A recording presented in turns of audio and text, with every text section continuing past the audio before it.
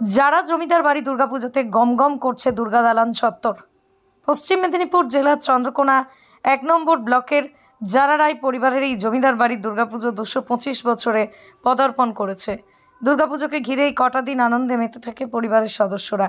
এই যারা জমিদার বাড়িতে তৎকালীন সময়ে এসেছিলেন পণ্ডিত ঈশ্বরচন্দ্র বিদ্যাসাগর, রাজা রামমোহন রায়। আগের মতোই যাত্রাপালা, বাউল গানের আসর না বসলেও, সেই ট্র্যাডিশনে পুজো না হলেও পুজো জাঁকজমকভাবেই হয়। পরিবারের মহিলারা মা দুর্গার ভোগ রান্না করেন। এই রায়বাড়িতেই অ্যান্টনি ফিরিঙ্গি সিনেমার শুটিং হয়েছিল, সেখানে গান গাওয়া হয়েছিল এই যারা রায় পরিবারকে নিয়ে। কি করে বললি জগা যারা গোলক বৃন্দাবন, এখানে বামুন রাজা চাষি প্রজা, চারিদিকে তাঁর বাঁশের বন। রামমোহন রায়ের বন্ধু ছিলেন জমিদার রাজীব লোচন রায়। পরে বর্ধমান রাজার থেকে রাজা উপাধি পেয়েছিলেন রাজীব লোচন রায়।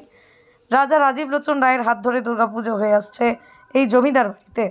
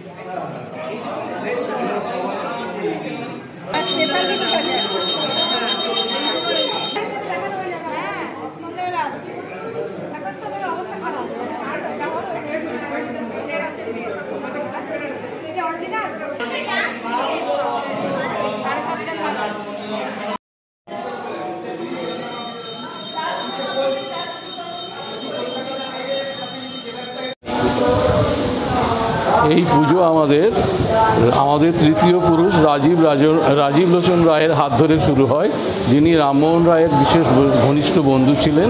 এবং এমন সময় হয়েছিল যে রাজীব লোচন রায়ের পারলৌকিক, আপনারা অনেকেই জানেন, পারলৌকিক ক্রিয়ায় অনেক অসুবিধা হয়েছিল।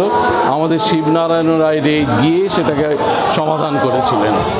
এই পুজো আজ আমাদের ২২৫ বছরে পদার্পণ করেছে।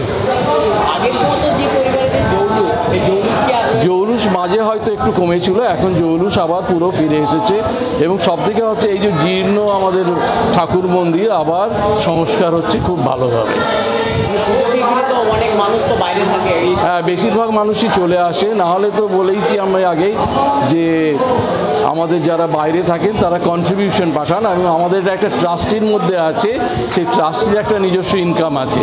এছাড়া আমরা সবাই কন্ট্রিবিউট করে এই পুজোটাকে চালিয়ে যাচ্ছি এবং জৌলুস খুব ভালোভাবেই আছে। এবং এটা আমাদের বৈদিক যে ভোগ হয়, খিচুড়ি ভোগ হয়, এবং 17টা থালা সাদা ভোগ হয়, যেটাকে আমরা রাজসিক ভোগ বলি। এবং এই রাজসিক ভোগের মধ্যে আমাদের 11 রকমের ভাজা থাকে, 6 রকমের তরকারি থাকে, 2 রকমের চাটনি থাকে, পায়েস থাকে এবং আরও অনেক কিছু থাকে। তার সঙ্গে আমাদের বাড়ির মেয়েরা যে রচনা আমরা এখানে বলি, যেটা নাড়ু, নারকেল নাড়ু, ছোলার নাড়ু এইসব তৈরি হয়, সেটাও মাকে নিবেদন করা হয়। খুব গম গম করে। রাজবাড়ি তো রাজবাড়িই আছে। আমার নাম আশিস কুমার রায়।